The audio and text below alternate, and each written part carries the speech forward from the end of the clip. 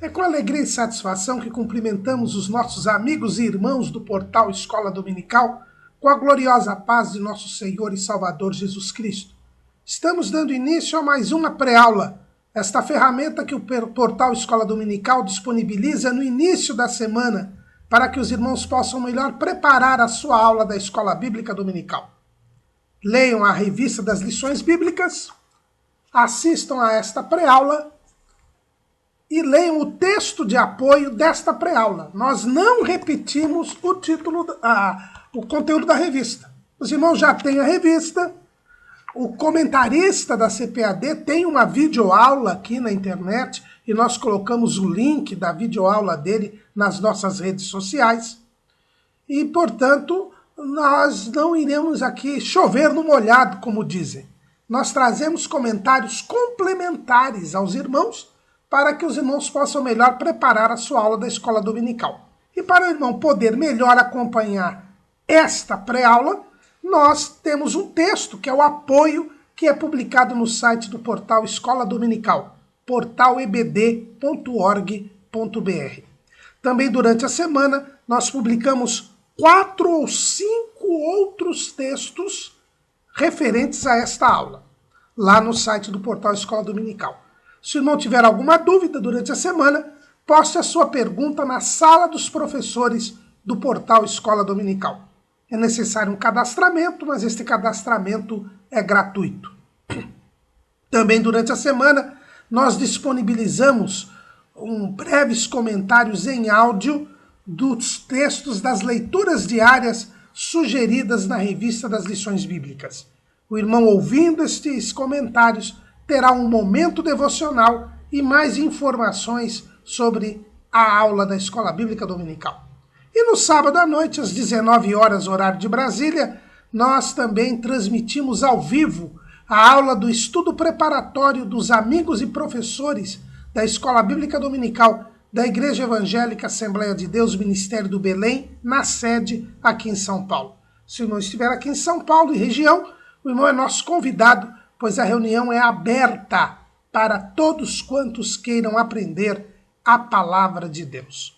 Durante a semana também nas redes sociais do portal Escola Dominical, no Facebook, no Twitter e no LinkedIn, nós colocamos dezenas, centenas de links de videoaulas, textos de apoio e slides das lições não só de adultos, mas de todas as faixas etárias e até de outros currículos da Escola Bíblica Dominical. O site do portal Escola Dominical, ele também publica textos de apoio, slides e videoaulas de todas as faixas etárias do currículo da Casa Publicadora das Assembleias de Deus e de outros currículos da Escola Bíblica Dominical. Mas tudo isto é apenas a preparação da Escola Bíblica Dominical. Ela só se realiza quando o povo do Senhor, no dia do Senhor, na casa do Senhor, estuda a palavra do Senhor. Neste quarto trimestre de 2019, nós estamos estudando o tema O Governo Divino em Mãos Humanas, liderança do povo de Deus em 1º e 2º Samuel. Estamos estudando um trimestre bíblico, estudando os livros de Samuel, 1º e 2º Samuel. E hoje nós iremos iniciar o 3º bloco do trimestre. É o bloco que diz respeito à história de Davi.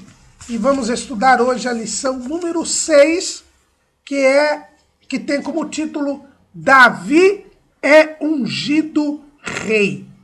Hoje nós iremos então começar o estudo da 3ª personagem do 1º livro de Samuel. O 1º livro de Samuel começou com a personagem Samuel, depois nós tivemos a personagem Saul, e hoje nós teremos a apresentação da personagem Davi, porque aí no 1º livro de Samuel, depois da primeira parte tratar de Samuel, a 2ª parte tratar de Saul, agora nós vamos ter um antagonismo no 1º livro de Samuel entre Saul e Davi. Davi, ele é apresentado na Bíblia no primeiro livro de Samuel, no capítulo 16. Os irmãos se lembram que na lição passada nós deixamos a história de Israel com a rejeição definitiva de Saul. Saul desperdiça a sua segunda chance, Saul é soberbo, Saul desobedece a Deus, é repreendido, mente, não aceita se submeter a Deus, é explicitamente chamado por Samuel de rebelde e não se arrepende. E por isso Deus, como já havia falado, no segundo ano do reinado de Saul. Vejam bem que estes episódios aqui da rejeição definitiva de Saul, a Bíblia não diz em que momento do seu reinado isto se deu. Segundo Edward Rees e Frank Classen, que são os cronologistas bíblicos que publicaram aquela Bíblia em ordem cronológica pela editora Vida, isto se teria dado no 15º ano do reinado de Saul, ou seja, 13 anos depois daquela primeira rejeição. Naquela oportunidade, quando Saul oferece sacrifícios e é reprovado por Deus, o profeta Samuel disse, está lá em 1 Samuel, capítulo 13, versículo 14. Porém agora não subsistirá o teu reino. Já tem buscado o Senhor para si um homem segundo o seu coração, e já lhe tem ordenado o Senhor que seja chefe sobre o seu povo, porquanto não guardaste o que o Senhor te ordenou. Como diz o subtítulo do nosso trimestre, nós estamos falando sobre a liderança do povo de Deus. E Saul, ele se sobrepôs a Deus. Ele não se submeteu a Deus. Ele achou que ele fosse um rei como eram os gentios, né? As nações tinham reis que se achavam deuses ou filhos de deuses, e Saul se achou algo assim semelhante. Alguém que era independente de Deus. E isto era impossível, né? No direito do reino foi dito explicitamente quais os limites que teria o rei em Israel. O rei governaria, mas o reino continuaria sendo de Deus, porque Israel é a propriedade peculiar de Deus entre os povos. Mas Saul se quis colocar acima da lei de Deus, que se quis colocar acima de Deus, e por isso, já no segundo ano do seu reinado, o Senhor já disse que buscaria um homem segundo o seu coração, ou seja, segundo a sua vontade, alguém que se submetesse ao senhorio de Deus. O líder no povo de Deus, ele tem que ser submisso a Deus. E na igreja não é diferente. A igreja ela é o povo de Deus. E aquele que está à frente do povo de Deus, aquele que preside, tem que ser submisso a Cristo. Porque Cristo é a cabeça da igreja, assim como Deus era a cabeça de Israel. Mas nesta oportunidade, é bom que nós lembremos, Davi ainda não havia nascido. Porque Davi começou a reinar com 30 anos de idade. E a Bíblia diz que Saul reinou 40 anos. Ou seja, Davi nasceu no 10º ano do reinado de Saul. E aqui nós estamos ainda no 2º ano do reinado de Saul. Então, Davi ainda não havia nem sequer nascido. Mas Deus já estava dizendo que buscaria um homem segundo o seu coração. Na segunda rejeição, o próprio profeta Samuel disse para Saul, lá em 1 Samuel 15 e 28. Então Samuel lhe disse: o Senhor tem rasgado de ti hoje o reino de Israel e o tem dado ao teu próximo, melhor do que tu. E também aquele que é a força de Israel não mente nem se arrepende, porquanto não é um homem para que se arrependa. Então aqui nesta rejeição, como vimos na aula passada, Deus definitivamente rejeita Saul, diz que haveria alguém que lhe seria próximo, que reinaria em seu lugar. Apesar destas palavras, Samuel continuou a interceder por Saul. Os irmãos se lembram que Samuel assumiu um compromisso diante de Deus e do povo de interceder pelo povo. Está lá em 1 Samuel, capítulo 12, versículo 23.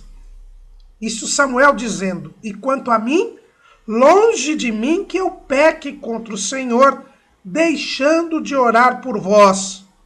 Antes vos ensinarei o caminho bom e direito. Então Samuel, apesar da palavra de Deus, rejeitando Saul, continuou orando por Saul. Olha que exemplo, irmãos, que nós temos. O cristão, ele deve sempre querer bem as pessoas. Ele deve sempre querer interceder pelas pessoas. Ela não pode, de maneira alguma, querer o mal das pessoas. Esta história que nós temos aí de oração contrária, de entregar fulano na mão de Deus, isto tudo não é de Deus, irmãos. Uma irmã querida, ela costuma dizer que esse negócio de oração contrária é macumba evangélica. E é verdade. O verdadeiro servo de Deus, ele está em comunhão com Deus, e uma das qualidades que ele tem é a benignidade. É uma das 9 qualidades do fruto do Espírito. É a benignidade, é querer bem as pessoas. Mesmo sabendo que Deus havia rejeitado Saul como rei, Samuel continuou orando por Saul, pedindo a Deus misericórdia, pedindo que Deus mudasse o seu intento com relação a Saul. Mas Saul havia atentado contra a autoridade divina, havia se rebelado contra Deus, não havia se arrependido e por isso não poderia ser perdoado. Mas Samuel continuava orando, até o dia em que Deus disse para Samuel parar de ter dó de Saul e ir ungir o novo rei de Israel. É assim que começa o capítulo 16 do primeiro livro de Samuel. Então disse o Senhor a Samuel: até quando terás dó de Saul, havendo eu rejeitado para que não reine sobre Israel? Enche o teu vaso de azeite e vem. Enviar-te-ei a Jessé, o belemita, porque dentre os seus filhos me tenho provido de um rei. Deus então revela a Samuel quem seria o novo rei.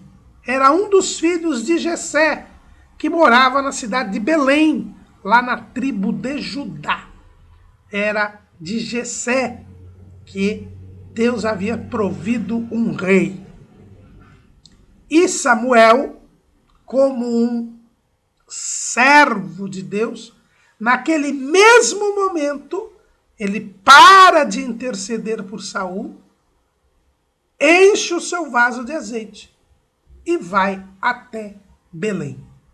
Os irmãos percebam que Samuel não teimou com Deus. E assim nós devemos fazer. Nós temos todo o direito de pedir as coisas a Deus. Nós temos liberdade de pedir coisas a Deus. Somos filhos de Deus, estamos em comunhão com o Senhor. Mas quando o Senhor revela a sua vontade, reafirma a sua vontade, nós não devemos teimar contra Deus. Samuel obedeceu ao Senhor, mas apresentou um problema. Ele sabia que Saul era uma pessoa impiedosa. Se ele descobrisse que Samuel ia ungir um novo rei, ele mataria Samuel. E Samuel ficou preocupado. E Deus lhe deu uma estratégia. Não, você vai, oferece um sacrifício pacífico lá em Belém, convida Jessé para o sacrifício, e lá eu vou dizer para você o que você deve fazer e quem você vai ungir. E assim fez Samuel. Samuel se conduziu com prudência. E aqui nós vemos que Deus manda que sejamos prudentes. Veja bem que Samuel não mentiu, nem omitiu. Existem algumas pessoas que confundem a prudência com a mentira. E a omissão intencional é mentira também. Samuel não fingiu que iria oferecer sacrifícios em Belém. Ele realmente ofereceu. Ele convidou Jessé para o sacrifício. E como se tratava do sacrifício pacífico, esse sacrifício, os animais, tirando a parte do sacerdote, esse sacrifício continuaria numa refeição sagrada que se daria na casa de Jessé, já que Samuel convidou Jessé para o sacrifício.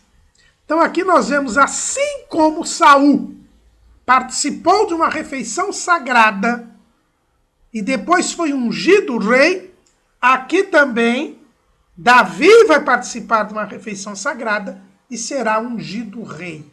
Isto nos mostra que a unção do Espírito Santo, ela depende da comunhão que nós tenhamos com Deus.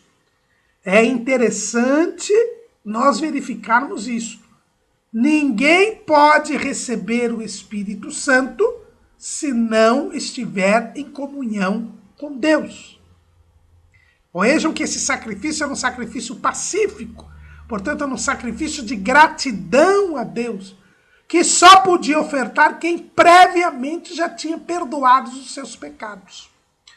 É por isso, irmãos, que nós não podemos crer em pessoas que se digam revestidas de poder, que é outro passo. Nós só estamos falando aqui em ter o Espírito Santo, em receber o Espírito Santo. Não estamos nem falando do batismo com o Espírito Santo, mas tem pessoas que dizem que são batizadas com o Espírito Santo e continuam na idolatria. Isso é impossível. Jesus foi muito claro ao dizer a respeito da habitação do Espírito Santo. No Evangelho, assim que ele anunciou que nós seríamos habitação do Espírito Santo, que o Espírito Santo viria para habitar em nós, ele deixou isto bem claro. Lá no Evangelho, segundo escreveu João, capítulo 14, ele diz o seguinte, versículo 16, e eu rogarei ao Pai, e ele vos dará outro Consolador para que fique convosco para sempre. O Espírito da verdade, que o mundo não pode receber, porque não o vê nem o conhece. Mas vós o conheceis, porque habita convosco e estará em vós. O Espírito Santo, o mundo não pode receber, porque não o vê nem o conhece. Então é elucidativo.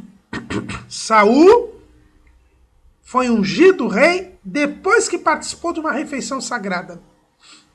Davi também será ungido rei depois que participou de uma refeição sagrada, que era a conclusão do ritual do sacrifício pacífico.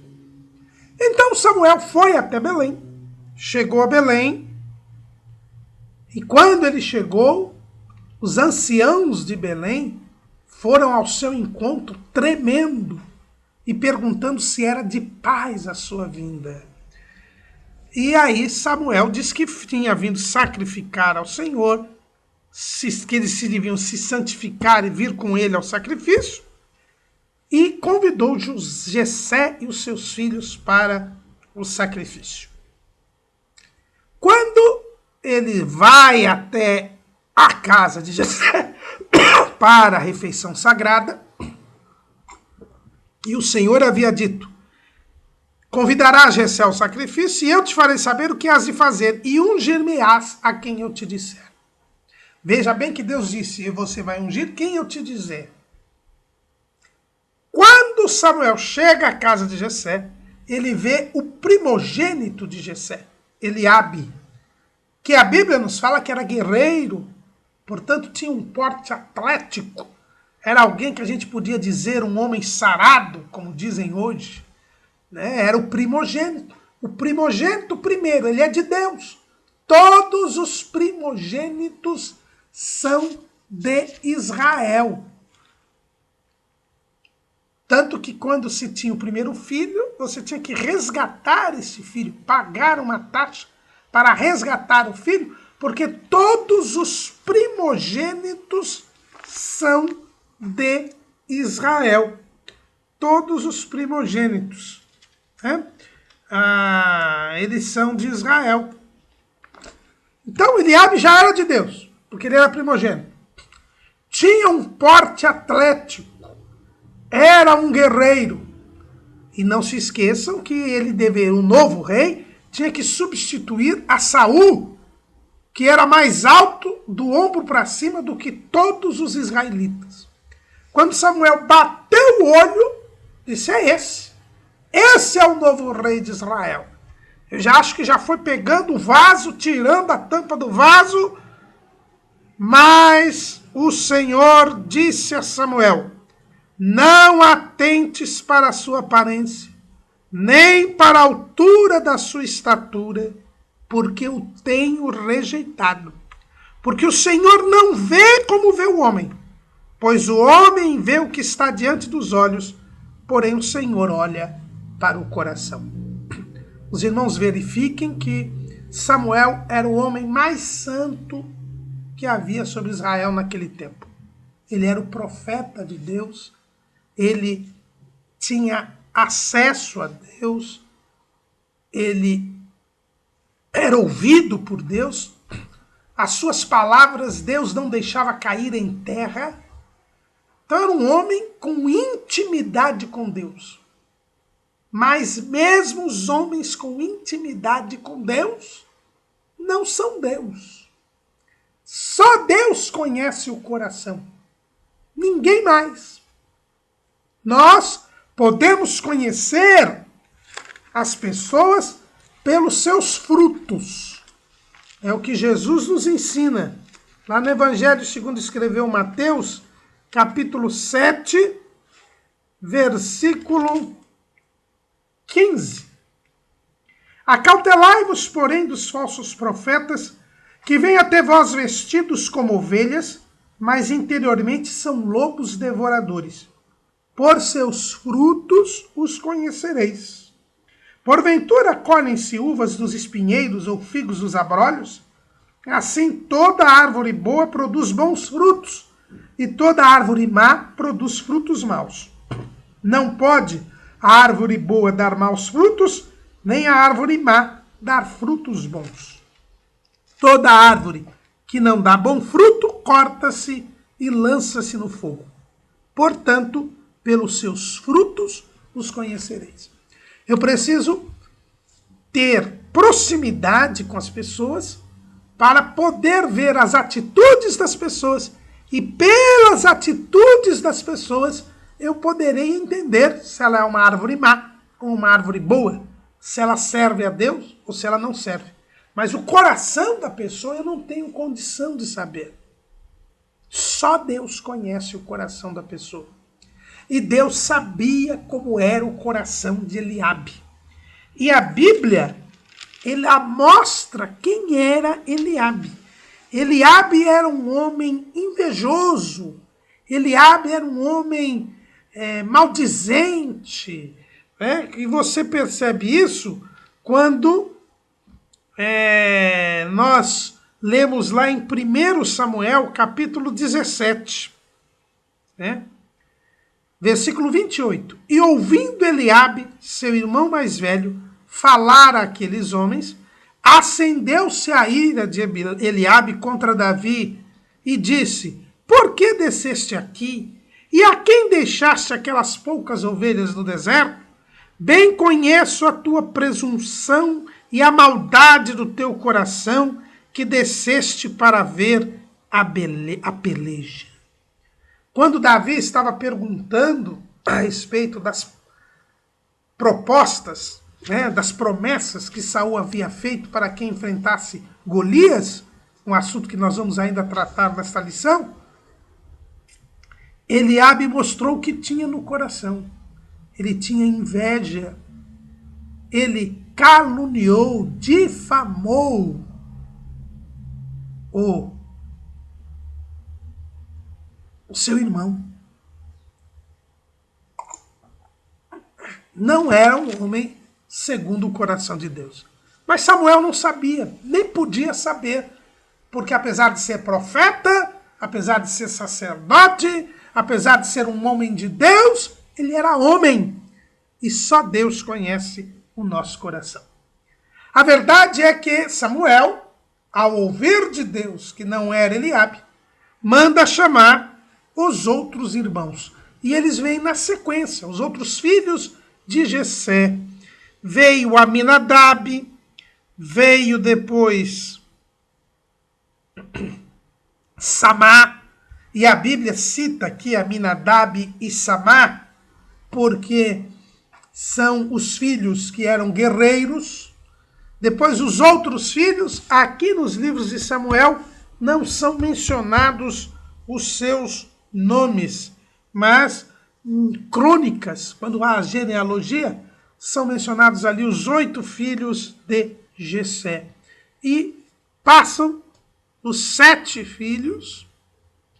E alguém pode dizer, mas se lá em crônicas fala que são 8, Jessé teve 8 filhos, mas aqui eram 7. Ou um já tinha morrido, ou não tinha nascido ainda.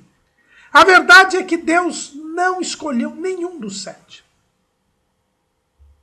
Aí Samuel pergunta a Jessé: acabaram-se os mancebos? Aí Jessé diz: não, ainda falta o menor, que está apacentando as ovelhas. Davi nem sequer foi chamado para a refeição sagrada. Há uma interpretação que, aproveitando do fato que a Bíblia diz que Davi era ruivo e que não tinha sido chamado, começou a dizer que ele era um filho bastardo. Então alguns interpretam dizendo que Davi seria um filho bastardo, quer dizer, o filho que Jessé teria tido com uma concubina ou com outra mulher, e que por isso ele não tinha sido chamado, e o fato dele ser ruivo demonstraria isso. E inclusive procuram base lá no Salmo 51, quando Davi diz: em iniquidade fui formado, e em pecado me concebeu minha mãe. Irmãos, esta interpretação nós respeitamos, mas não podemos com ela concordar de forma alguma. Em primeiro lugar, porque se Davi fosse um filho bastardo, a Bíblia explicitamente o diria, como disse com relação a Jefté. A Bíblia diz claramente que Jefté era um filho bastardo.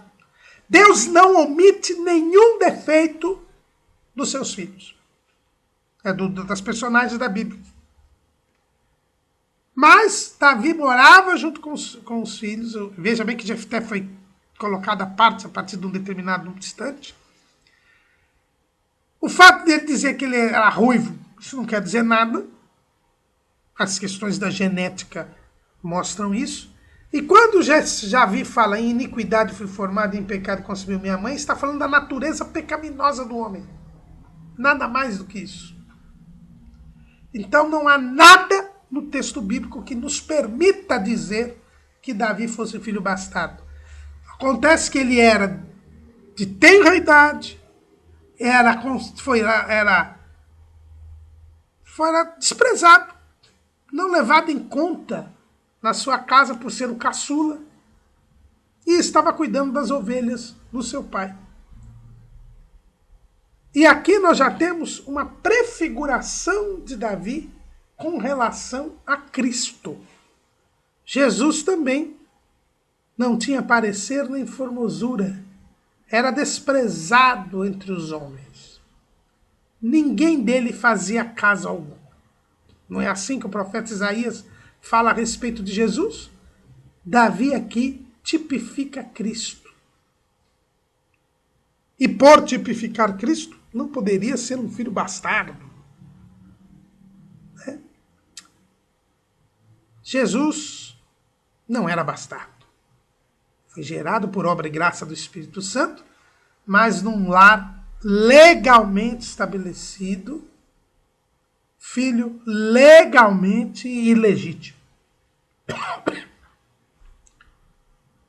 Davi, então, é tirado lá de trás da malhada das ovelhas, como o próprio Deus irá dizer para ele futuramente. E quando ele chega até a casa do seu pai, onde estão todos reunidos para a refeição sagrada, o Senhor indica para Samuel: é este. Este é o que eu tenho escolhido. E Samuel imediatamente unge a Davi como rei em Israel. Essa é a primeira das 3 unções que Davi vai ter como rei em Israel. Ele é ungido na casa de seu pai Jessé, ele é ungido pela tribo de Judá e depois ele é ungido por todo Israel. Estas 3 unções de Davi também são tipológicas. Jesus foi ungido no seu batismo, na presença do Pai.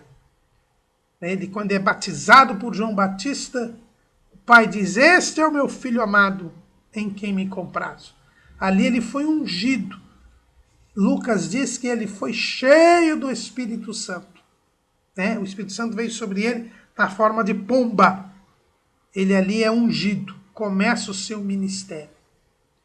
Esta unção na presença do Pai é a unção aqui representada na casa de Jessé. Charles Spurgeon, príncipe dos pregadores britânicos, ele tem um sermão onde ele fala sobre as 3 unções de Davi e a sua tipologia com relação a Cristo. Depois, Davi vai ser ungido na tribo de Judá para reinar sobre Judá, e aqui fala da unção de Cristo, a constituição de Cristo como cabeça da igreja, no início da igreja, no dia de Pentecostes, e depois nós vamos ter a unção de Davi sobre todo Israel, e este é o dia em que Jesus será reconhecido como Messias pelos israelitas na iminência da batalha do Armagedon. Estas 3 unções representam as 3 vezes, as 3 unções de Cristo, né? Os 3 momentos em que Cristo se constitui como rei, né? Se constitui no momento do início do seu ministério, na presença do Pai, se constitui no início da igreja como cabeça da igreja e se constitui como rei de Israel quando Israel se converte. Davi é ungido. O azeite corre sobre a cabeleira de Davi. Quando aquele adolescente se levanta, eles tomam a refeição, provavelmente dormem. No outro dia, Samuel vai embora de Belém e Davi volta a cuidar das ovelhas. parece que nada mudou. E nada mudou materialmente falando. Mas espiritualmente as coisas se alteraram de forma bem clara. Porque o texto bíblico diz que Samuel se levantou e se tornou a Ramá. Mas o texto diz: Samuel tomou o vaso do azeite e ungiu no meio dos seus irmãos. E desde aquele dia em diante, o Espírito do Senhor se apoderou de Davi. O Espírito Santo não veio habitar em Davi. Veja que o texto diz que o Espírito Santo se apoderou de Davi. Isso quer dizer que o Espírito Santo agora visitava Davi quando bem o quisesse. Agora Davi estava à disposição do Espírito Santo. O Espírito Santo sai de Saul e agora se apodera de Davi. Vejam bem que espiritualmente Davi já havia se tornado rei de Israel. No ofício espiritual, Davi já era o rei de Israel. Já havia sido separado para ser rei de Israel. E a partir daquele momento, Davi era o rei espiritualmente e Saul já não era, porque o Espírito Santo operava sob medida. Se um era ungido, o outro já deixava de ser. Tanto que o versículo seguinte, capítulo 16, versículo 14 de 1 Samuel diz: e o Espírito do Senhor se retirou de Saul. Ele se retirou de Saul e se apoderou de Davi. Hoje, o Espírito Santo está derramado na igreja. Hoje, o Espírito Santo atua na sua plenitude e assim fará até o dia do arrebatamento da igreja. Glorifiquemos a Deus pelo prazer que nós temos, né? A Bíblia diz, como nós lemos já, que Jesus disse que o Espírito Santo ficaria conosco para sempre, habitaria em nós e estaria entre nós. Naquele tempo, não. O Espírito Santo atuava sob medida. O Espírito Santo atuava em Samuel, como profeta, e agora como rei. E Davi também iria ser profeta, se apodera ali. E o que acontece? Quando o Espírito Santo sai de Saul, né? Não que habitasse então, mas Saul estava à disposição do Espírito Santo, mas agora o Espírito Santo saiu dele, a Bíblia diz que um espírito mau da parte do Senhor passou a assombrar Saul.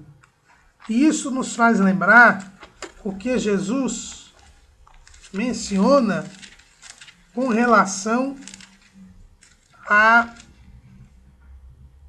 aqueles que descuidam da sua fé.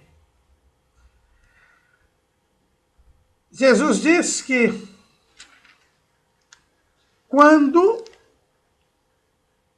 alguém descuida da sua vida espiritual e deixa de ser a habitação do Espírito Santo, ele passa a ser morada do espírito maligno.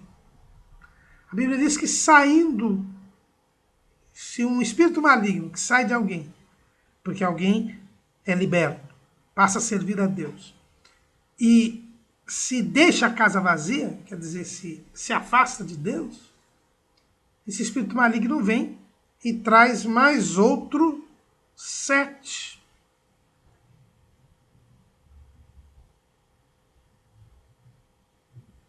Isso foi o que aconteceu com Saul. Alguns se impressionam com essa expressão, o espírito mau do Senhor. Ou seja, pode ter espírito mau da parte de Deus? Não, Deus permite.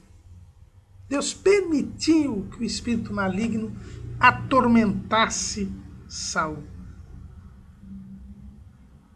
Saul passou a ser um endemoniado. Por quê? Porque ele era rebelde. Ele era rebelde e, infelizmente, quem é rebelde acaba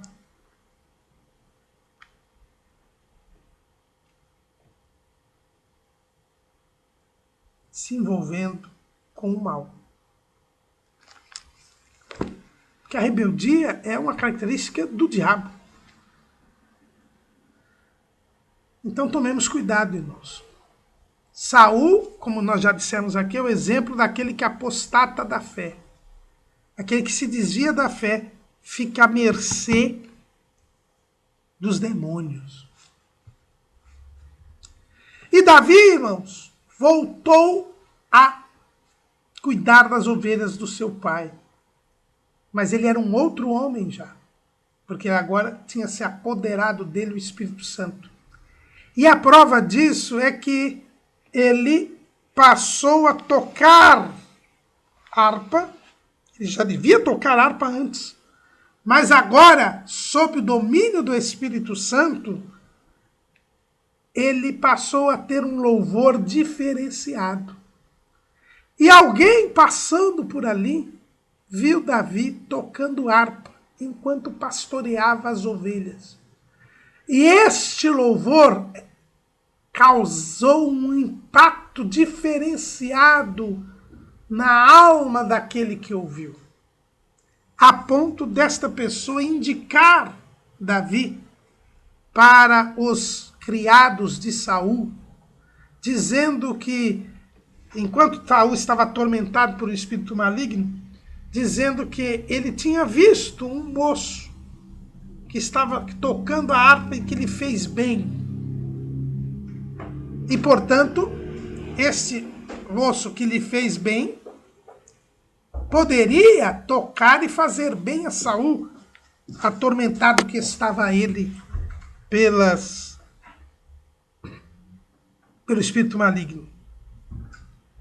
Veja o que diz o texto. 1 Samuel, capítulo 16, versículo 18. Então respondeu um dos mancebos e disse: Eis que tenho visto um filho de Jessé o belemita, que sabe tocar e é valente, animoso, homem de guerra, sisudo de palavras e de gentil presença. O Senhor é com ele. E Saul enviou mensageiros a Jessé, dizendo: Envia-me Davi, teu filho, o que está com as ovelhas. Então tomou Jessé um jumento carregado de pão e um odre de vinho, e um cabrito, e enviou-os a Saul pela mão de Davi, seu filho. Assim Davi veio a Saul, e esteve perante ele, e o amou muito, e foi seu pajem de armas. Então Saul mandou dizer a Jessé: Deixa estar Davi perante mim, pois achou graça a meus olhos. E sucedia que, quando o espírito mau da parte de Deus vinha sobre Saul, Davi tomava a harpa e a tocava com a sua mão. Então Saul sentia alívio e se achava melhor, e o espírito mau se retirava dele. Então os irmãos vejam que aparentemente nada havia mudado na vida de Davi, mas só aparentemente. A partir do momento que o Espírito do Senhor se apoderou de Davi, ele passou a ter qualidades diferenciadas. Em primeiro lugar, ele passou a tocar a harpa com unção de Deus. Alguém, ao passar ouvindo Davi tocar, pôde perceber que o Senhor era com ele. E aí vem uma indagação aos músicos das nossas igrejas. Será que esta mesma presença de Deus que aquele transeunte sentiu quando Davi estava tocando a harpa, cuidando das ovelhas do seu pai, a igreja, as pessoas sentem quando você toca? Você tem o Espírito Santo. Veja que Davi não era a habitação do Espírito Santo, mas estava sob o domínio do Espírito Santo. O Espírito Santo se apoderava dele. E pelo seu louvor, ele pôde dar testemunho de que Deus era com ele. Será que é isso que nós vemos hoje? Será que o louvor que nós cantamos, que nós tocamos, tem a unção do Espírito Santo, como tinha Davi? Ou é um remolejo? Tomemos cuidado. O músico, ele tem que ter o domínio do Espírito Santo na sua vida. Ele tem que ter comunhão e intimidade com Deus. Mas não é só isso. As características de Davi sob o domínio do Espírito Santo. Ele era valente. Ele era animoso. Ele era homem de guerra e sisudo em palavras. Ele era valente, quer dizer que ele não tinha medo, era corajoso, sabia enfrentar o mal. E ele vai dizer isso para o rei Saul, quando ele conta que matou um leão e matou um urso. Quem tem o Espírito Santo não tem medo de enfrentar o mal. É corajoso. Davi também ele é retratado como animoso, ou seja, uma pessoa forte, com condições de suportar as adversidades. Ele é tratado como um homem de guerra. Veja bem, Davi era de tenra idade, nem chamado para o exército era. Não tinha 20 anos ainda. Tanto que no episódio de Golias, os seus irmãos foram chamados para a guerra, mas ele não. Mas ele já é tratado como um homem de guerra. Por quê? Porque ele era valente. Ele foi visto como alguém que não tinha medo de lutar contra o mal. E ele era sisudo em palavras. Ou seja, não era de falar muito. Uma pessoa prudente. Aliás, uma das características de Davi é que ele se conduzia, próprio texto bíblico diz, que ele se conduzia com prudência. Ele se conduzia com prudência. O texto bíblico vai dizer o seguinte, lá em 1 Samuel 18:14. E Davi se conduzia com prudência em todos os seus caminhos, e o Senhor era com ele. Jesus diz que nós devemos ser simples como as pombas, mas prudentes como a serpente. Lá em Provérbios, no capítulo 9, diz o seguinte, versículo 10. O temor do Senhor é o princípio da sabedoria e a ciência do santo, a prudência. Quem conhece o santo, quem conhece a Deus, e conhecer a Deus é ter comunhão com Deus, ter intimidade com Deus, ele é prudente, ele sabe se conduzir. Davi era um adolescente pastor de ovelhas. Parecia que nada havia mudado. Mas a partir do momento que o Espírito Santo se apoderou dele, ele passou a ter essas características. E nós temos essas características. É algo para pensarmos. O fruto do Espírito traz qualidades. E estas qualidades nos dizem que somos uma árvore boa, que fomos plantados pelo Senhor. Com esse testemunho, que foi dado por alguém, por um criado de Saul, que passou e viu Davi, o rei Saul mandou chamá-lo. Fazia parte do poder que o rei tinha de requisitar filhos, requisitar animais, requisitar terras. E Jessé manda Davi, mas não manda vazio. Veja bem que mandou um jumento, e o jumento ele foi carregado com algumas coisas, né? Com pão, com odre de vinho, com cabrito. É interessante nós vemos que, para se chegar à presença do rei, não podemos estar vazios. Esta é a lição que o texto mostra. Jessé recebeu a requisição, podia simplesmente mandar o filho. Foi isso que foi isso que o rei pediu, o filho dele. Mas Jessé teve o cuidado de mandar pão, vinho, cabrito para o rei Saul. O ungido de Deus não pode se apresentar vazio diante do Senhor. Essa é uma tipologia, né? Davi era ungido e ele tinha que se apresentar diante do rei. Ele não podia se apresentar vazio. Ele tem que estar pronto a dar e não a receber. Quando nós vamos no culto, hoje é muito comum as pessoas quererem receber. Eu vim receber a minha bênção. Não, você veio prestar o seu culto. Você veio dar o que você tem. Paulo diz, quando vos ajuntais, cada um de vós tenha salmo, doutrina, revelação, língua e interpretação. Nós temos que trazer algo para Deus, não buscar receber. Davi foi ao rei Saul e levou a ele.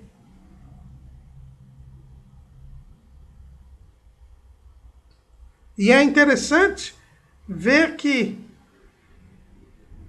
foi levado pão, vinho e um cabrito. E é elucidativo isso, né? O pão e o vinho falam da comunhão, né? Do corpo e do sangue de Cristo. Então fala da comunhão. O cabrito era um dos animais que era sacrificado na Páscoa. Né? Fala-nos do sacrifício de Cristo por nós.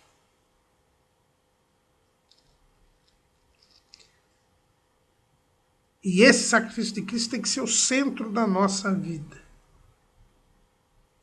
O vinho também fala de alegria. O pão fala da palavra de Deus. Então é isso que a gente tem que levar. O salmo, doutrina, língua, interpretação. É isso que nós temos que levar diante de Deus. E quando Davi chegou, e quando ele começou a tocar a harpa,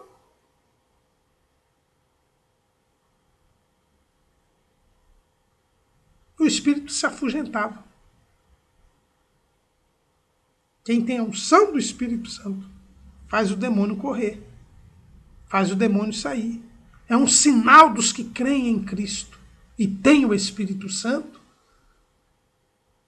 é que os demônios fogem. Resistir ao diabo e ele fugirá de vós. É uma das características, né, de quem serve a Deus, a expulsão de demônio. Para isso você precisa estar em comunhão com Deus. Veja bem que não existe um dom de expulsar demônio. Isso, expulsar demônio é uma operação de Deus que é feita por todo e qualquer que crê. É o que está escrito lá em Marcos, capítulo 16, versículo 17. E esses sinais seguirão os que creem. Em meu nome expulsarão demônios. É a primeira coisa. À disposição de todos os crentes. Não existe um dom de expulsar demônios. Tem gente que diz, eu tenho um dom de... Não. Expulsar demônio é um sinal que segue ao que crê.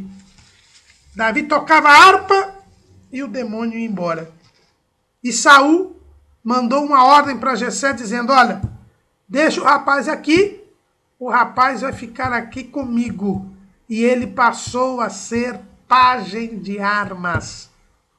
Ele já começou a se cumprir a profecia de Samuel, que dizia que Saul seria substituído por um próximo seu. E o primeiro que se aproximou E a primeira aproximação foi essa. Davi passou a ser o pajem de armas de Saul.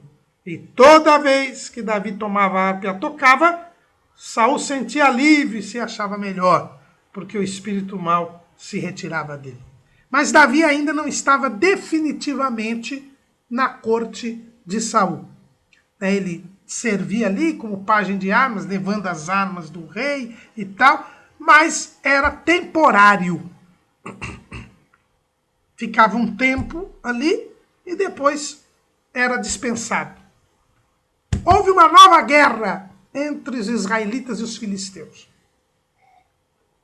Vejam que, como Saul havia sido rejeitado, Israel ainda não estava livre dos filisteus.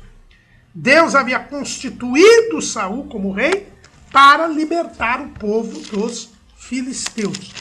É o que nós vemos lá em 1 Samuel, capítulo 9, versículo 16.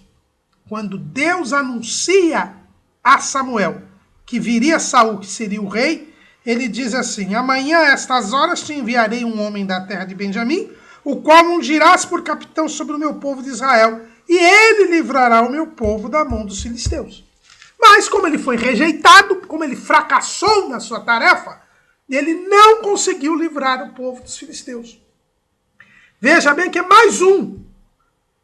Houve uma sequência aí de mais ou menos 130 e poucos anos entre o início da libertação do povo dos filisteus e o seu cumprimento, que vai ser feito por Davi.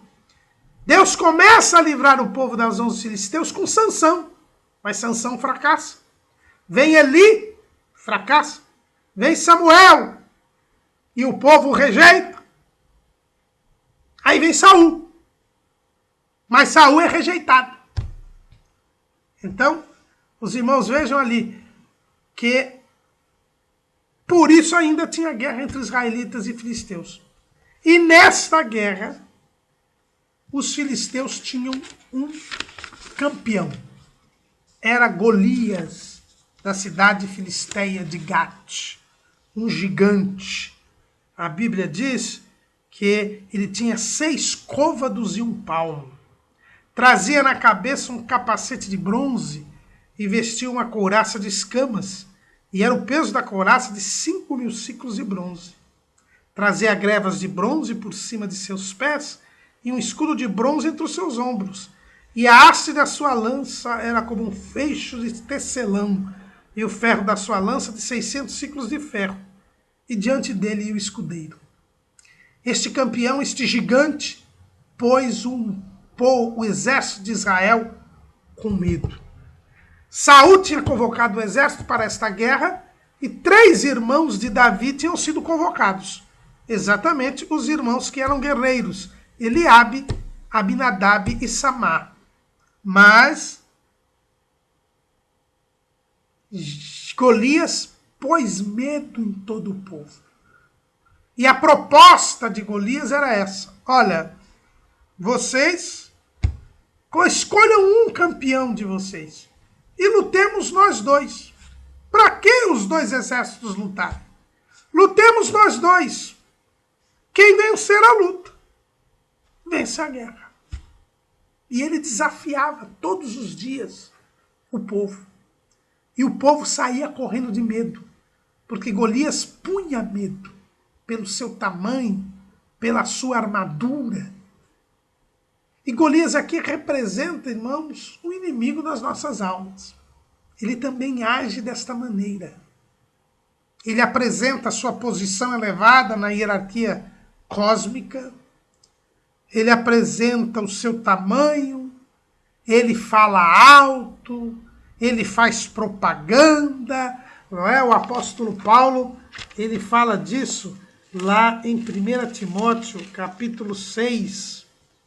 Ele diz o seguinte: ó Timóteo, versículo 20, guarda o depósito que te foi confiado, tendo horror aos clamores vãos e profanos, e às oposições da falsamente chamada ciência. O diabo gosta de estardalhaço, de espetáculo. para pôr medo nas pessoas. E o triste é que o exército de Israel entrou na conversa de Golias. Ele não tinha que aceitar a proposta de Golias da luta de campeões. Eles estavam ali numa guerra, eles eram um exército, eles como exército deveriam lutar contra o exército dos filisteus. Deveriam dar ordem de ataque. Saul devia mandar atacar. Mas não. Todos os dias, Golias vinha e desafiava com esta proposta. E esta proposta foi aceita, porque Saul começou a procurar alguém que fosse lutar contra Golias. E trouxe algumas promessas. Né? As promessas é que quem lutasse contra Golias ia ficar isento de impostos, ia casar com uma das filhas de Saul, né? E teria riquezas. Ele aceitou a oferta do inimigo. Irmãos, isso acontece muito nos dias de hoje. Muita gente tem entrado na conversa de Satanás. Tem aceitado lutar sob as condições de Satanás. Mas Satanás não tem que dar nenhuma condição. Nós não podemos adotar a mentalidade do inimigo. Não podemos aceitar a forma de agir do inimigo. Porque ele leva vantagem. Ele leva vantagem. É interessante ver que nessa passagem aqui, em outras passagens, a Bíblia fala como era a força do inimigo. Como o inimigo estava bem armado, como o inimigo estava com muitos soldados. Aqui o texto não diz que os filisteus estavam em vantagem numérica ou de armas. O que nos permite até pensar que eles não estavam tão bem assim. Talvez por isso tenham usado Golias para impressionar, já que não estavam tão bem armados e não tinham tantos soldados. Quem sabe eles estavam em menor número que os de Israel, menos armados que os de Israel, se bem que, com relação ao armamento, como os filisteus tinham o domínio do ferro, como nós já vimos aqui, da metalurgia, muito provavelmente seus armamentos eram superiores aos dos israelitas. Mas talvez, numericamente, não estivessem tão bem. E eles usam a impressão, usam o medo.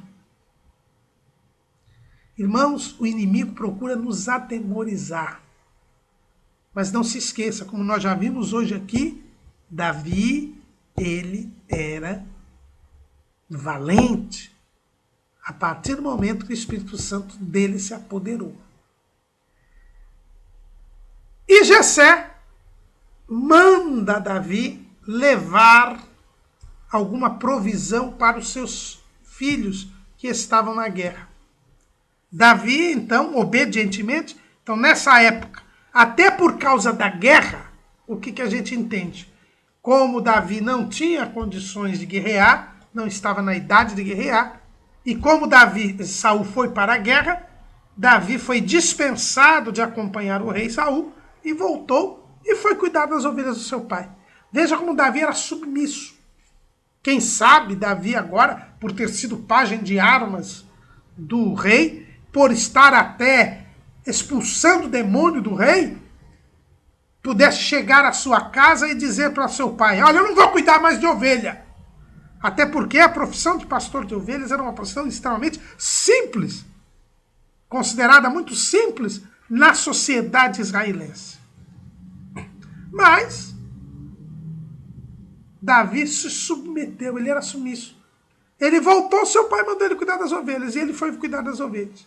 Agora que o seu pai o manda para o campo de batalha para levar suprimentos para os seus irmãos, ele deixa um guarda cuidando das ovelhas. Ele era cuidadoso com as ovelhas. Nós já vimos aqui que Eliabe acusou de ter abandonado as ovelhas, mas ele não abandonou. Ele era cuidadoso, ele deixou um guarda cuidando das ovelhas, pois achava ele que voltaria para cuidar. Nunca mais ele foi cuidar das ovelhas do seu pai, mas ele era cuidadoso, ele cumpria os seus deveres, as suas responsabilidades. Por isso que ele tinha sido escolhido para governar o povo de Israel. Quem não sabe cuidar das ovelhas do seu pai, não pode cuidar do povo de Deus. Quem não governa bem a sua casa, quem não governa bem a sua vida, não pode governar o povo de Deus. Moisés cuidava bem das ovelhas do seu sogro, por isso pôde liderar Israel. Davi cuidava bem das ovelhas do seu pai, por isso pôde reinar sobre Israel.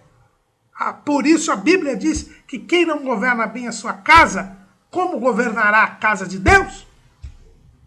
Você tem chamada ministerial, meu irmão?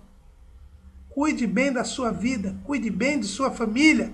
Aí você estará em condições de ser colocado à frente do rebanho do Senhor. Quando Davi chega, levando suprimentos para os seus irmãos, há um rebuliço no campo de batalha, no arraial, porque Golias, mais uma vez, vai desafiar o povo. E Davi se indignou com aquilo. Era uma indignação da parte de Deus. Davi via não um gigante, ele via um incircunciso. Veja bem que ele não chama Golias nenhuma vez de gigante. Ele chama de incircunciso, porque a visão de Davi era um homem do povo filisteu, portanto que não tinha comunhão com Deus, não fazia parte do povo de Deus. Ele via apenas isso, um homem gentil que estava afrontando os exércitos do povo de Deus, do Deus vivo. Ele não via um exército de servos de Saul, ele via o exército do povo de Deus. E ele também não se via como alguém que iria ser o campeão de Israel enfrentando o campeão dos filisteus. Ele via que ele iria combater em nome do Senhor. Esta era a visão de quem tem o Espírito Santo. Uma visão espiritual. Davi ficou sabendo das promessas do rei. Perguntou para um e para outro para confirmar isso. Recebeu ali uma ducha de água fria do seu irmão Eliabe. Mas ele não ligou para a oposição de Eliabe. Para a inveja de Eliabe. E ele se prontificou. Foi levado até o rei Saul. Muitos dizem, mas como é que Saul não o reconheceu? Porque no final de tudo ele vai perguntar quem era. Saul, irmãos, era o rei. Um rei que não tinha empatia com o povo. Um rei que se achava acima de Deus, inclusive. Davi se prontificou. Saul viu que Davi era muito novo. Perguntou da experiência de Davi. Davi disse que já tinha matado um leão e um urso, cuidando das ovelhas do seu pai. Saul não pôde impedir Davi de ir. Quis lhe dar a sua armadura. Davi não tinha condições de trabalhar com aquela armadura. E foi como ele sempre ia. Diz que pegou 5 pedrinhas, a sua funda, e foi até a presença de Golias. Golias desdenhou daquele moço. Fez falsas profecias, fez um estardalhaço. Davi não entrou na conversa. Davi apenas disse que estava vindo ali em nome do Senhor. E atirou a sua pedra. A pontaria era de Deus, mas a habilidade de atirar a pedra era de Davi. O gigante caiu ao chão. Davi imediatamente foi e pegou a espada do gigante, cortou a cabeça dele e venceu a batalha. Todos nós conhecemos, mas venceu em nome do Senhor, não pela sua força, não pela sua habilidade guerreira, que era nenhuma, mas porque confiou em Deus e porque estava na direção de Deus, e porque era um homem segundo o coração de Deus, porque ele se indignou com a afronta a Deus que Golias representava.